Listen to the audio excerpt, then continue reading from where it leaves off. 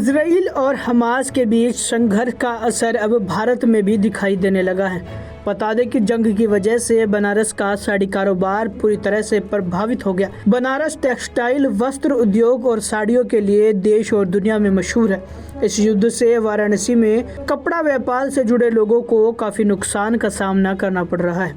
इसे लेकर व्यापारियों का कहना है कि अगर ये युद्ध लंबा चला तो इसका कारोबार पर काफ़ी बड़ा नुकसान होगा, साथ ही करोड़ों रुपए का नुकसान भी हो जाएगा। हाल में तो जो युद्ध की शुरुआत हुई, जो इजराइल और हमास के बीच में, जो एक आतंकी संगठन है और जिसके साथ में इस तरह की चीज़ें हैं, तो उससे खाड़ी के देशों पे भी असर पड़ा है।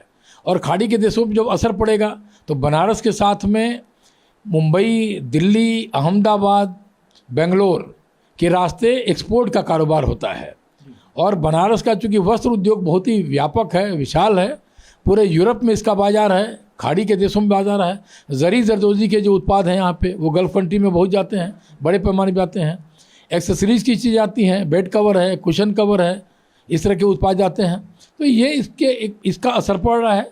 और अच्छी बात क्या है कि भारत सरकार की भूमिका इसमें बहुत ही सराहनीय है।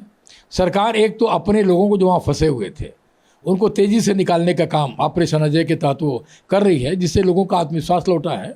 और सरकार ये प्रयास कर रही है कि व्यापार में कोई संकट न आवे।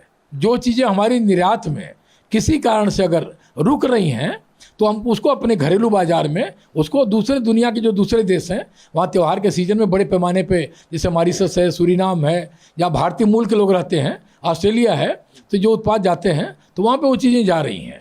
तो इसलिए हम बहुत चिंता तो नहीं है, लेकिन युद्ध को लेकर के चिंता ये है कि ये अगर लंबे समय तक खींचेगा तो शायद इसका कारोबार पे एक लंबा असर पड़ेगा। ये ज़रूर है कि इजराइल एक्सपोर्ट नहीं होता यहाँ से, या फ़िलिस्तीन एरिया में नहीं होता, लेकिन इतना ज़्यादा पैसा खर्च हो रहा है और अमेरिका का बहुत बड़ा स्टेक है इजराइल पे, बहुत बड़ा स्टेक है। तो अमेरिकन इकॉनमी हिल जाएगी अगर ये वॉर ज़्यादा चली।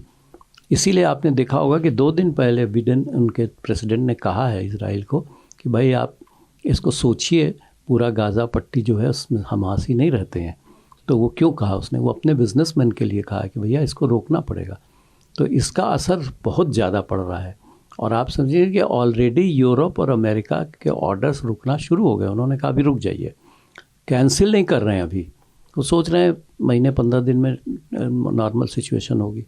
तो इसका बहुत बुरा असर पड़ेगा।